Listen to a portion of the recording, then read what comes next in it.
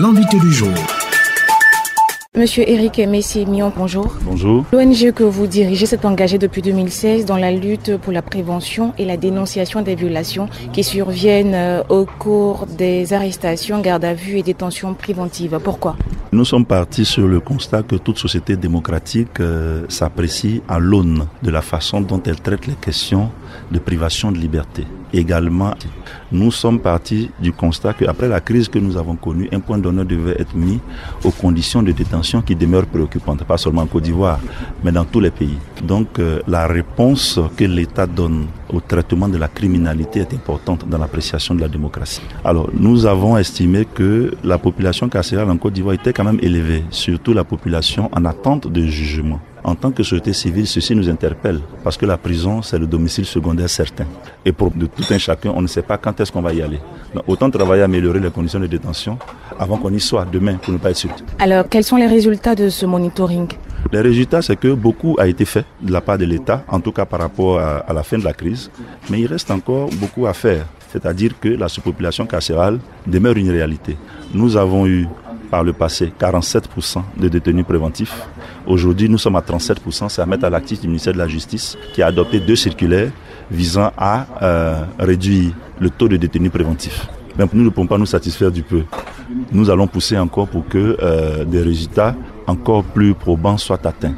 Nous voulons effectivement que la population carcérale de détenus préventifs descende jusqu'à 33%, tel que les circulaires le prévoient. Nous avons noté que concernant les conditions d'hygiène, concernant les conditions sanitaires, concernant l'accès aux soins, concernant l'accès aux loisirs et concernant l'accès aux repas, il y a encore des efforts qui méritent d'être faits.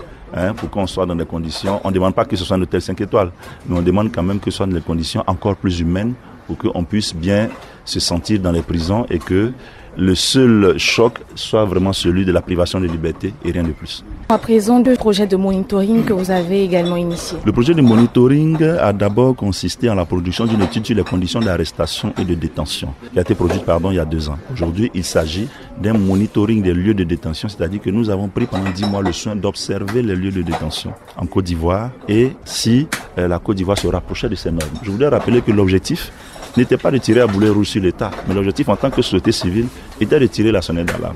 Est-ce que le personnel d'encadrement pénitentiaire est qualifié pour faire face aux défis des conditions nouvelles de détention en Côte d'Ivoire? Est-ce que les détenus ont accès à des conditions sanitaires minimales? Est-ce qu'ils ont accès à l'électricité? Est-ce que les cellules sont aérées? Est-ce qu'ils ont de la literie?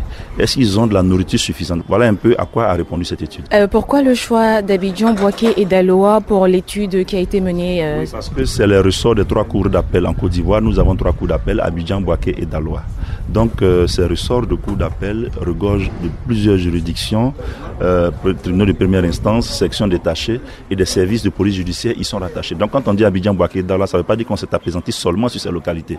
Par exemple, dans le ressort de la cour d'appel de Bouaké, nous sommes allés à Béoumi, à Katiola, à Sakassou, à Dimbokro. Dans le ressort de la cour d'appel de Daloa, nous sommes allés à Issia, nous sommes allés à Saint-Fra, nous sommes allés à Man. Nous avons fait cette étude en fonction de la population carcérale, de l'intensité du contentieux pénal, de la typologie des crimes.